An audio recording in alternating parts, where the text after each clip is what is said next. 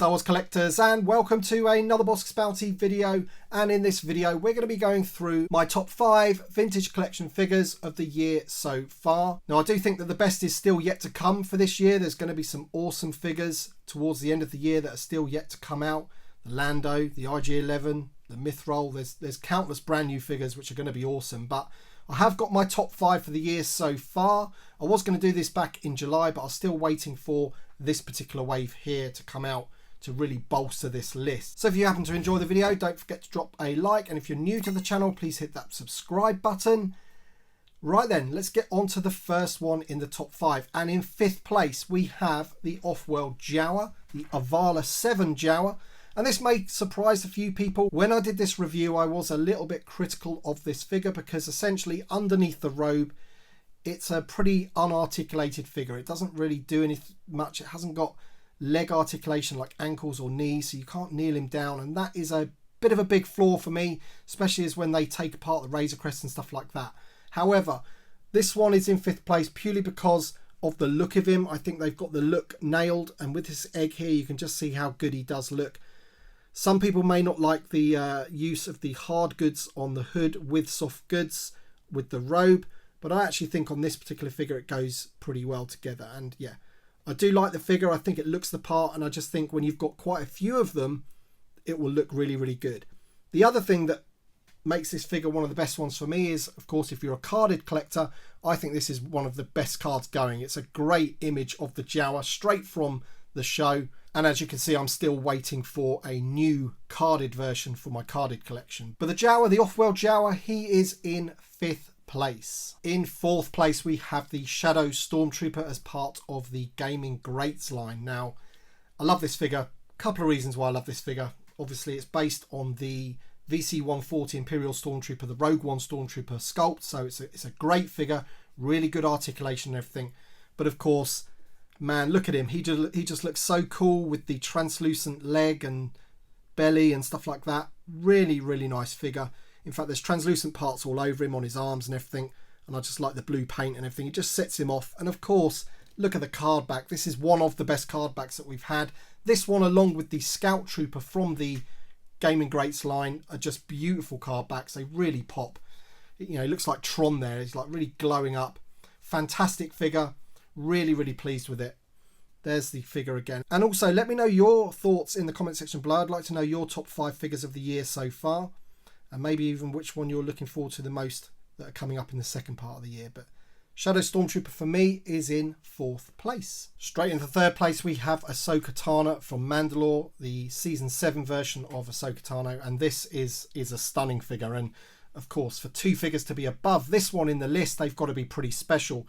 This figure, if you don't have her yet and you're still waiting for her, you will be very happy with it, I'm sure. It's a great figure, loads of articulation, paintwork's fantastic.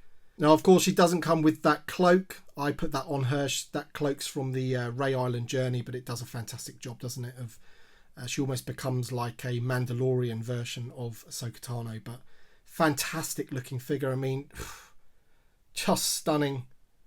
Really, really good. If you haven't checked out my review for these figures, check them out and you can see them in a bit more detail. But she's in 3rd place, and also you can't grumble with that card back. Beautiful card back. Can't wait to get my carded version so it can go with my other Clone Wars figures. But yeah, not too much else to say. It's just a top figure. And in 2nd place of the best figures of the year so far, we have the other figure from the Clone Wars Series 7, and that is Darth Maul from Mandalore. And this figure obviously complements the Ahsoka figure greatly. It's great to have both of them in the same wave. And man, this figure, it's very, very difficult to pick which one's better, this one or the Ahsoka. But for me, this one it's just the head sculpt that does it for me. That head sculpt is near on perfect. Again, if you want to see a more detailed review of this guy, he is on my channel. And I also did a comparison video as well of him versus the original Darth Maul, the Phantom Menace one. And I did the head swap as well. So check that video out. But phenomenal figure. Amazing that it's, you know, so good for a 3.75 inch. So detailed. Articulation's great. I'm sure you could probably get him in much better poses than I have there. But fantastic figure. Great looking card back as well, looking super evil on the card back there with the red glow of the lightsaber going through. reflecting off his face. Just a great Darth Maul. And again, if you don't have him yet in your collection, you will not be disappointed when you get this figure. And that's why he's in second place. So who on earth could be in first place? Well, he's right here in front of you. It is, of course, Boba Fett on the Return of the Jedi Blue Sky card, or Desert Scene card, however you want to describe it. It is modelled on exactly the card that we got back in 1983 on that Blue Sky card. It looks fantastic. You've got the yellow name pill, but forget about the card back. I mean, the card back is phenomenal. It looks great. It looks great on the wall with all your other Jedi figures, but the thing about this figure that's great is the figure itself.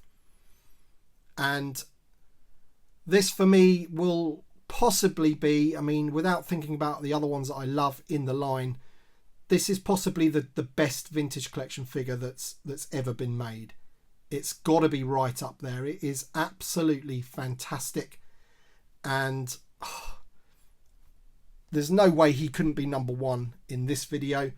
And to be honest, by the end of the year, he may even be number one still. There is some good figures to come though. Ahsoka Tano, for example. But man, it's Fett, isn't it? So what can you say? The poses you can get this guy into, I've got him into that sort of a bit like he is on the card. I tried my best to get him in there. The only issue that I have with this figure is that he leans back ever so slightly with the jetpack in. It is quite heavy and it does make him lean back. So he does have the occasional balance issue, but that is just the smallest of gripes. I mean, look at him in the bubble, just absolutely fantastic. And they must have sold so many of these, and they could release him again and they'd sell a ton more as well. So he's just such a great looking figure. You can't really get much better than that. I don't think it can get much better than that, really. And obviously very happy to have him in the vintage collection now. Great that we've now got him on that card. And let's see what they can do with this sculpt, you know, because they're going to use it again. They're not just going to do it with the one figure. We're going to get other Mandalorians using this sculpt, or parts of it at least, which is awesome because it is phenomenal. So there you go then, guys. That is my top 5 vintage collection figures so far this year. I'd love to know your thoughts in the comment section below. Let me know who your top 5 are, or who your number 1 is at the very least. Let me know in the comment section below. Drop a like down below if you've enjoyed the video. Thank you so much for watching, and we shall see you on the next one.